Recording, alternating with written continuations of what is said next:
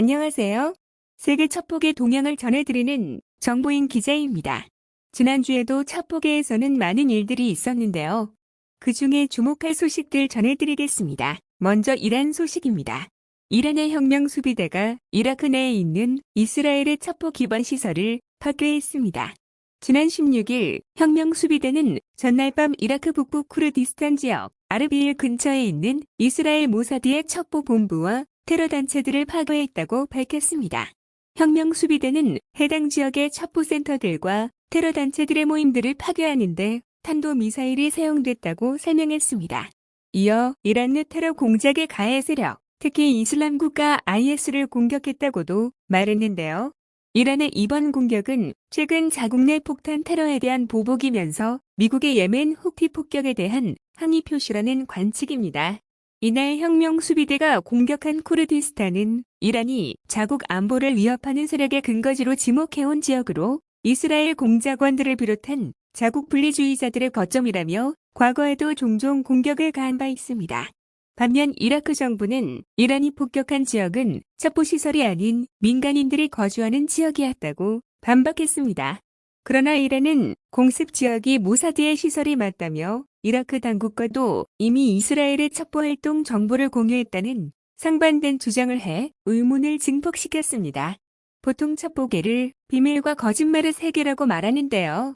이번 공격을 전후한 양국의 태도가 복잡하고 미묘한 첩보계의 단면을 잘 보여주는 사례라는 지적입니다.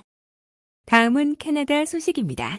캐나다 정부가 중국 등 외국의 첨단 과학기술 연구기관 107곳을 국가안보 위협 대상으로 점찍어 자국 내 공동연구 및 제휴 등을 관리할 방침입니다. 이 같은 조치는 지난달 캐나다 정보국이 중국이 캐나다 기술을 가로채거나 국내 문제에 개입하려는 시도를 과소평가하면 안 된다고 경고한 뒤 나온 것입니다. 지난 17일 캐나다 정부는 이와 관련한 외국 연구기관의 명단, 이른바 블랙리스트를 공개하고 자국 내 대학이나 연구기관이 이 기관들과 어떤 형태로든 공동연구나 교류를 할 경우 정부 및 공공지원을 금지하도록 했습니다. 대상 기관은 중국 국립국방기술대학교와 군사과학원 등 중국 기관이 90곳으로 대부분을 차지했으며 이란 11곳, 러시아 6곳입니다. 캐나다 정부는 관련 분야를 예민한 연구기술 분야로 지칭하면서 인공지능, 양자역학, 로봇 시스템, 첨단 무기, 첨단 에너지, 생명공학 및 의료기술 등을 들었습니다.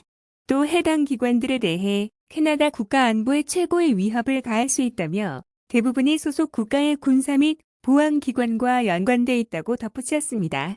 이에 향후 캐나다의 연구기관이나 연구자들은 정부 공공재단의 지원을 신청할 경우 국가안보 위협으로 지정된 외국기관이나 연구소와 기금 지원을 포함한 협력 관계가 없다는 사실을 입증해야 합니다.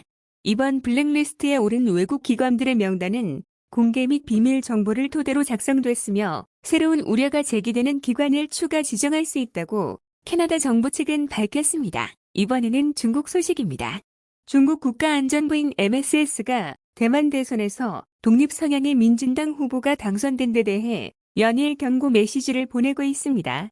앞서 MSS는 지난 16일 대만 측 일선 정보 요원의 생사를 언급하며 당의 사사로운 이익만 있고 양안 동포의 이익은 돌보지 않는 민진당의 목숨을 걸지 말라는 고강도 메시지를 전한 바 있습니다.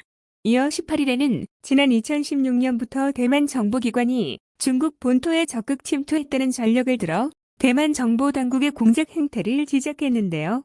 특히 MSS는 2018년부터 2020년까지의 작전을 통해 대만 간첩들을 검거했고 수백 건의 사건을 적발해냈으며 대만이 중국에 깔아놓은 간첩망을 해체했다고 강조했습니다. 그러면서 대선을 앞두고 대만 정보기관이 독립분리주의 세력의 깡패처럼 행동했고 중국의 대만 선거 개입에 대한 루머를 과장했으며 정치인과 일반인을 탄압하고 외세와 결탁했다고 비난했습니다. MSS는 이에 대한 사례로 2022년 8월 저장성에서 체포된 양즈 위안 사건을 언급하기도 했는데요.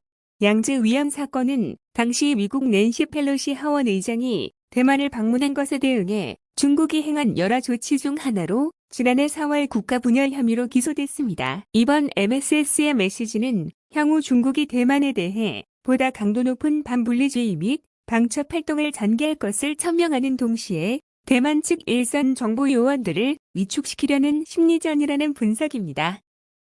오늘 전해드릴 소식은 여기까지고요.